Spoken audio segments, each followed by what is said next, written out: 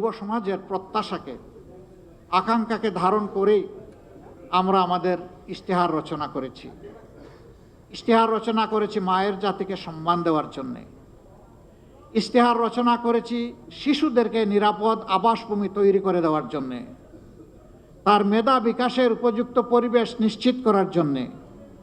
আমরা তৈরি করেছি সুস্থ জাতি গঠনের জন্য শারীরিক সুস্থতার প্রয়োজনে যা দরকার সেই সমস্ত সার্ভিস নিশ্চিত করার জন্যে। আমরা যে কৃষকরা আমাদের মুখে খাবার তুলে দেন, সেই কৃষকদের জীবনে আমরা বিপ্লব আনতে চাই। আমরা কোনো দলীয় সরকার কায়েম করতে চাই না। আমরা আমাদের ব্যবসার ক্ষেত্রে অবশ্যই প্রাইভেট ভেঞ্চারকে আমরা বেশি উৎসাহিত করব, এটা দেশি এবং বিদেশি। শিল্প মালিক যারা হবেন তাদেরকে আমরা সমাজের আইকন হিসাবে কবুল করব।